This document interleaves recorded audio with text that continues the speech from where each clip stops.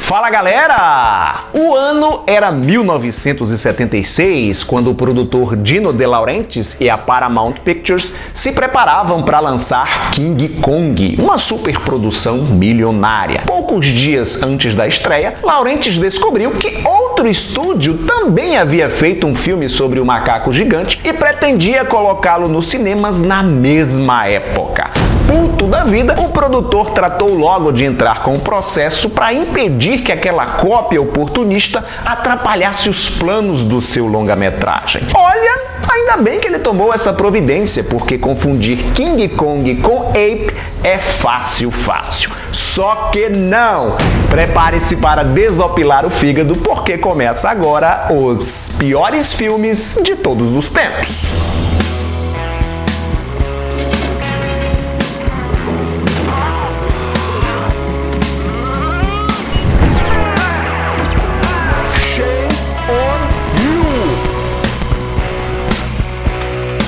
O King Kong de 1976, dirigido por John Guillermin e produzido por Dino De Laurentiis, foi o primeiro remake do clássico King Kong de 1933. Um grande aparato de marketing foi montado em torno da refilmagem, que era uma das grandes apostas da Paramount para aquele ano. A grana investida no longa-metragem era uma fortuna para os padrões da época, 24 milhões de dólares.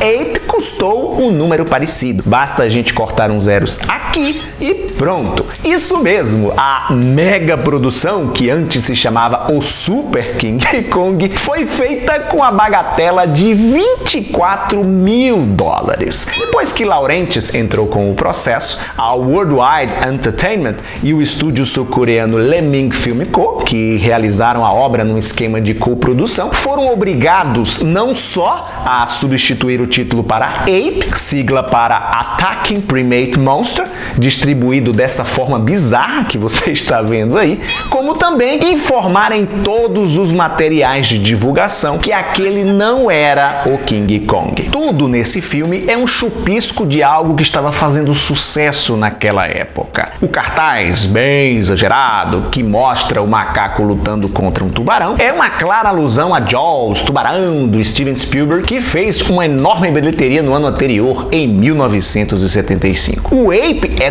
tão foda que ele luta contra um tubarão e uma cobra gigante ao mesmo tempo.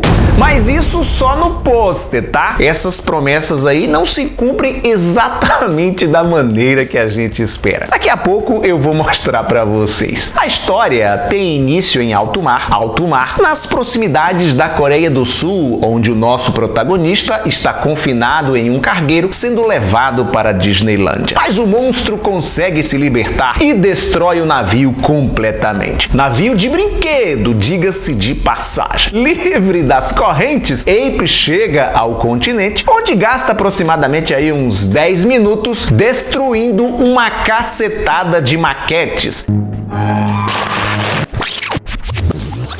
Haja papelão para esse bicho quebrar.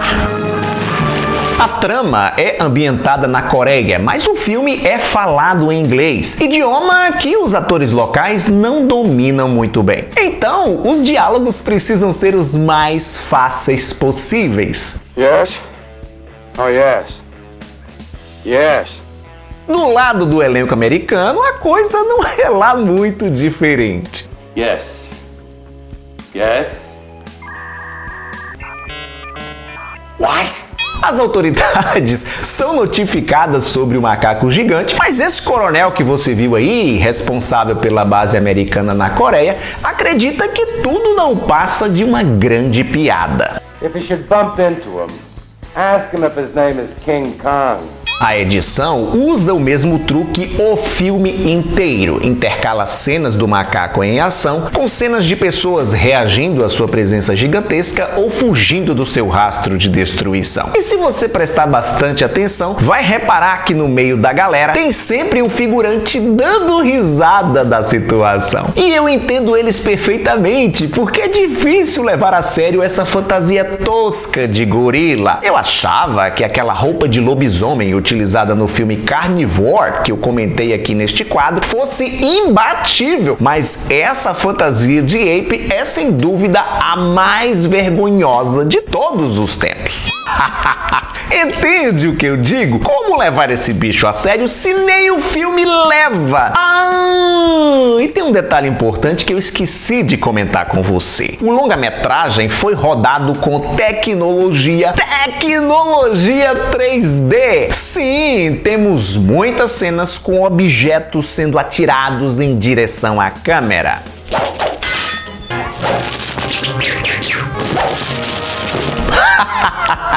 Tenha santa paciência. Reza a lenda que o principal motivo que levou o Laurentiis a processar os produtores de Ape foi um anúncio do filme que ele viu numa revista chamando a atenção justamente para o 3D. O produtor temia que a tecnologia imersiva roubasse o público do seu King Kong.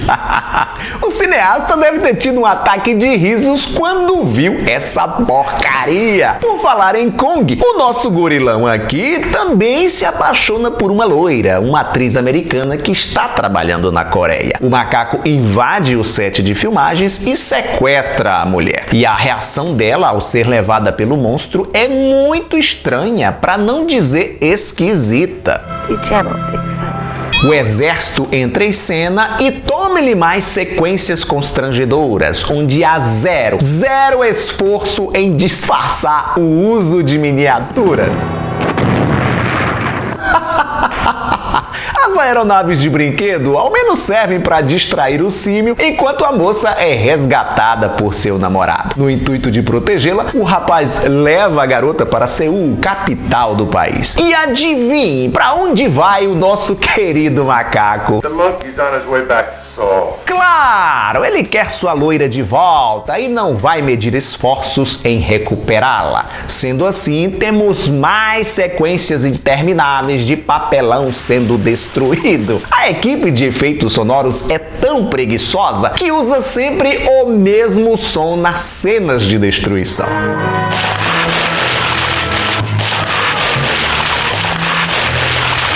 E uma vez que Seul, naquela época, meados da década de 1970, tinha apenas 7 milhões de habitantes, o gorila não vê dificuldade em localizar a sua amada e sequestrá-la novamente. Se depois de ver, de testemunhar tanta tosqueira, você está achando que o bicho vai levá-la para o topo de um arranha-céu, pode tirar o seu cavalinho da chuva. O gorilão leva a moçoila para uma montanha, onde exibe todo o seu gingado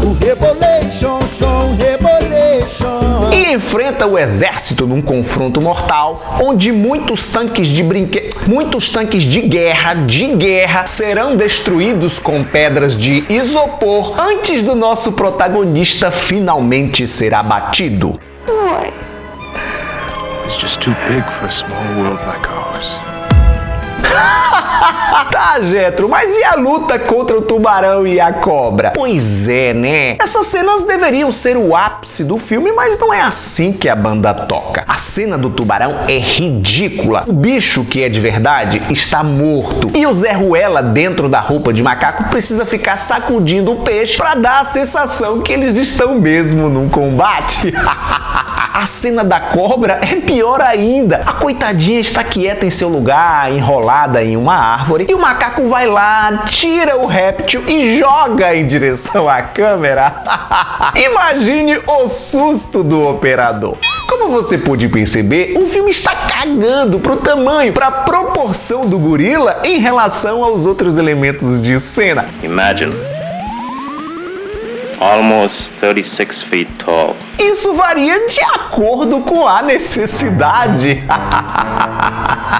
E mesmo com toda a sua fuleiragem, Ape acabou se tornando objeto de culto. Atualmente é considerado um dos piores filmes de monstros gigantes de todos os tempos. E mesmo tendo atingido esse status de cult, uma vez oportunista, sempre oportunista, em 2017, poucos dias antes da estreia nos cinemas do blockbuster Kong, A Ilha da Caveira, uma edição especial em Blu-ray 3D de Ape foi lançada para pegar carona com o filme do macaco gigante. Mais ou menos menos o que eu estou fazendo aqui com este vídeo, publicando ele numa data próxima ao lançamento de Godzilla vs Kong.